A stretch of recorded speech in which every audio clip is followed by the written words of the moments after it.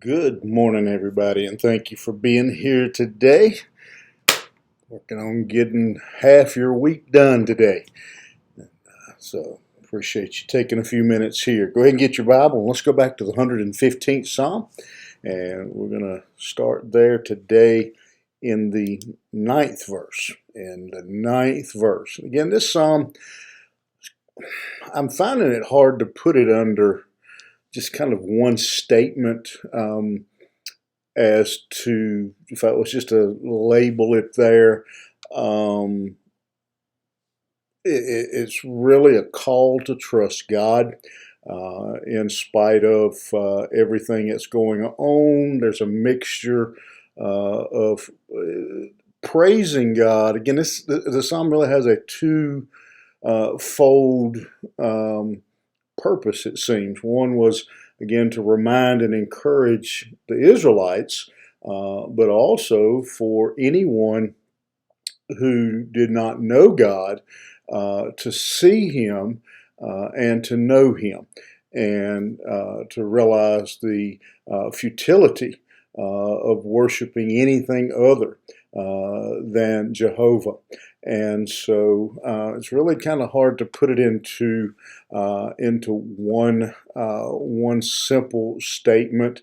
You could say that one of the things going on is this is how they reacted as their enemies ridiculed them for their faith.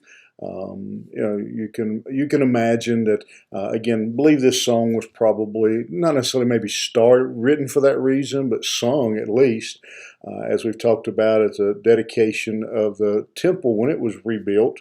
And so you can imagine. I can imagine some of their enemies easily. One of the taunts that they would have thrown at them is, why bother? Why are you building a temple to that God? He lets you get carried to Babylon. Why bother? He's just going to let it get tore down again. You can imagine some of that that was going on. Why are you building a temple to a God you can't even see? Why don't you worship? Why don't you come over here and worship? We already got a temple. To our God. Why don't you just come join us? You can imagine some of the statements that would have been some of the insults that would have been hurled at the Israelites as they celebrated the rebuilding of their temple. Again, just the fact of their building a temple for a God that no one can see. And so there would have been a lot of insult, and so this is their response to that, and so in that vein, it guides us and helps us because religion today, Christianity still gets some of those same type insults. Why do you bother? Why do you bother going to church? Why do you bother giving to your church? Why do where is your God? Those kind of things. Those are still some very common insults today. John Phillips, in his commentary on this passage, calls it idolatry exposed. That this psalm just exposes the idols for what they are, that they're powerless, that they're useless, and the people that serve them, as we saw yesterday in verse 8, that the people who serve them are powerless as well. And so now in verse 9, the psalm again, you really see that outward. Again, it was written, I think, to encourage the Israelites, but also to confront their enemies. Verse 9 now, we see really that confrontation, that invitation, and still some to the Jews as well, as we see it starts in verse 9, O Israel. So we know it's still written to them. Trust thou in the Lord. He is their help and their shield. And so we still are encouraging the Israelites. Let's just go ahead and look at the whole.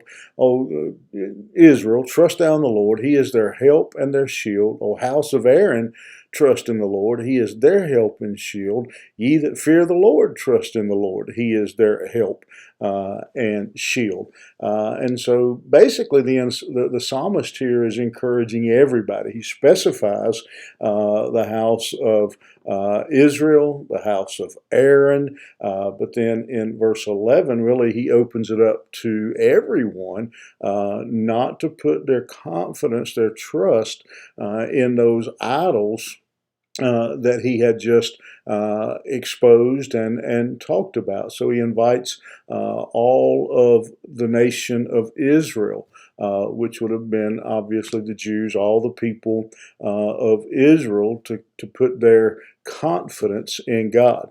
Then when he says the house of Aaron, and this is interesting to me that he specifies when he says the house of Aaron, because that would have been the religious leaders of their time.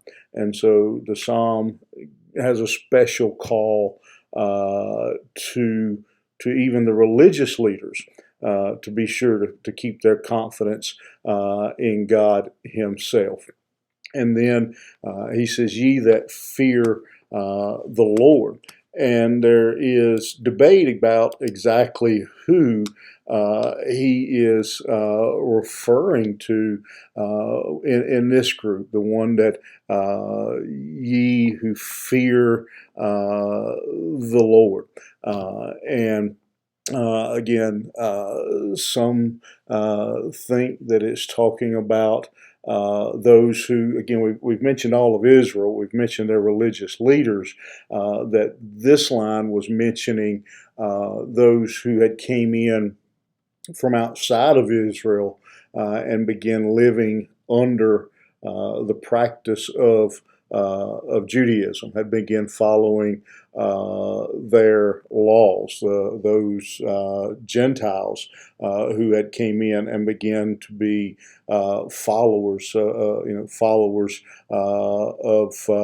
of God. And so again, there's others, who think it's going back to speaking about Israel, which again really doesn't make sense, because he's already basically, when he says, "O Israel and O house of Aaron," he's called out everybody in Israel, and so this, it seems to me to have to be referring to someone, another group, and then there's others who read that and see it particularly being an evangelistic statement. Everybody else, the Babylonians, the Syrians, whoever else, anybody who is left, which that's kind of what I'm thinking. Is saying, everybody, regardless of where you are, whether you're an Israelite, whether you're a religious leader, or whether you're just somebody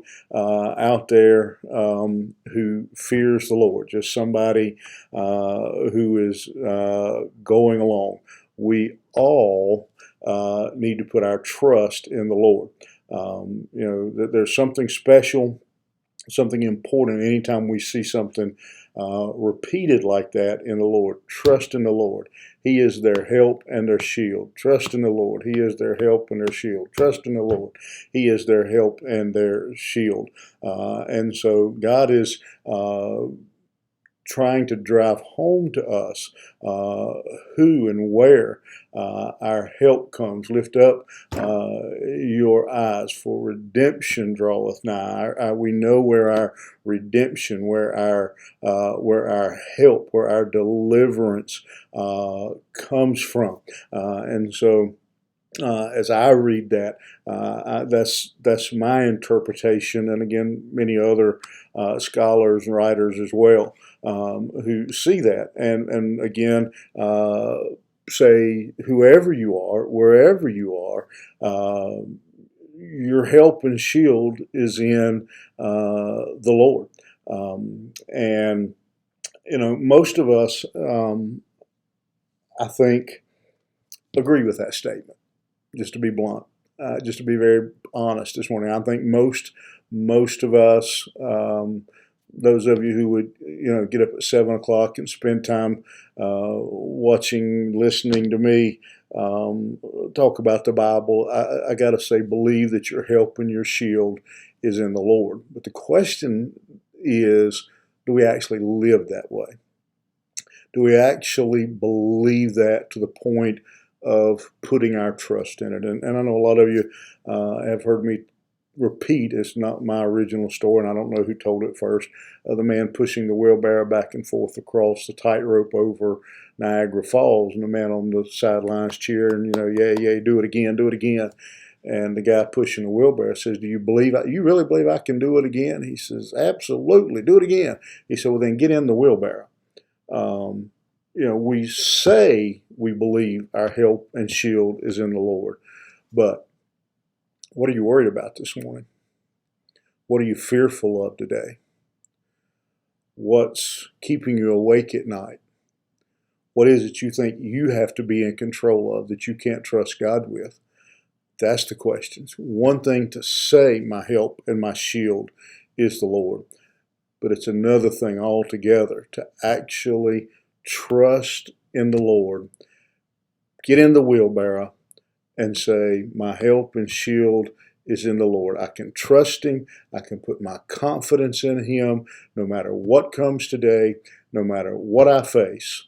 I can and I will put my trust in the Lord because He is my shield.